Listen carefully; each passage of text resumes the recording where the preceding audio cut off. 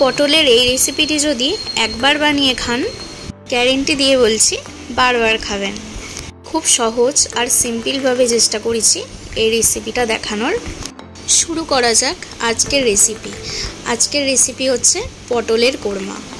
তার জন্য আমি বেশ বড় বড় সাইজের পটল নিয়ে নিয়েছি। পটলগুলো এমনভাবে খোসা ছাড়াতে হবে যাতে হালকা হালকা খোসা গায়ে লেগে থাকে। আর পটলের দুটো মুখ ভালোভাবে চিড়ে নিতে হবে যাতে ভেতরে নুন ঝাল মশলাটা ঢোকে। আমি এখানে উপকরণে নিয়েছি পেঁয়াজ কুচি, আদা রসুন বাটা, পোস্ত আর কাজু বাদাম বাটা, হলুদ গুঁড়ো, লঙ্কার গুঁড়ো, জিরের গুঁড়ো, ধনের গুঁড়ো, কাশ্মীরি লঙ্কার গুঁড়ো, লবণ, আর এখানে ফোড়নে দেব শুকনো লঙ্কা, গোটা জিরে আর মৌরি। প্রথমেই আমি কড়াইতে বেশ খানিকটা পরিমাণে তেল দিয়ে দিয়েছি, সর্ষের তেল।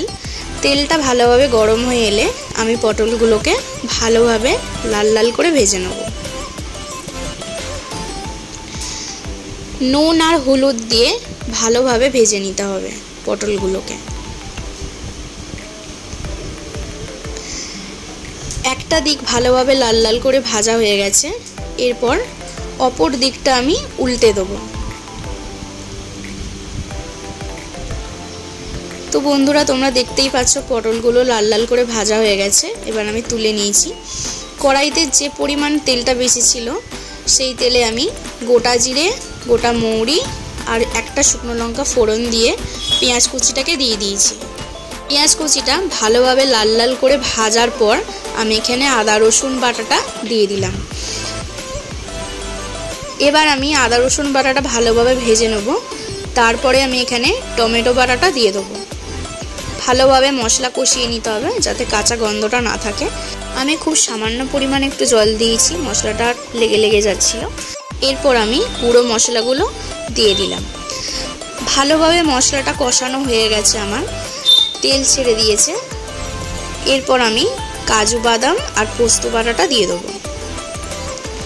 কাজু বাদাম আর পোস্ত বাটাটা ভালোভাবে কষিয়ে নিতে হবে।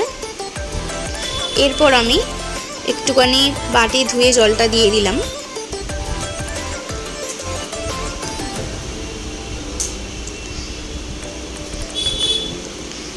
সামান্য পরিমাণে একটু জল দিয়েছি। জল দিয়ে মশলাটা ছিটকাচ্ছিল বলে একটু ঢাকা দিয়ে রেখেছিলাম। মশলার গ্রেভিটা একদম পারফেক্টলি কুক হয়ে গেছে। এরপর আমি ভাজা পটলগুলো এক এক করে দিয়ে দেবো।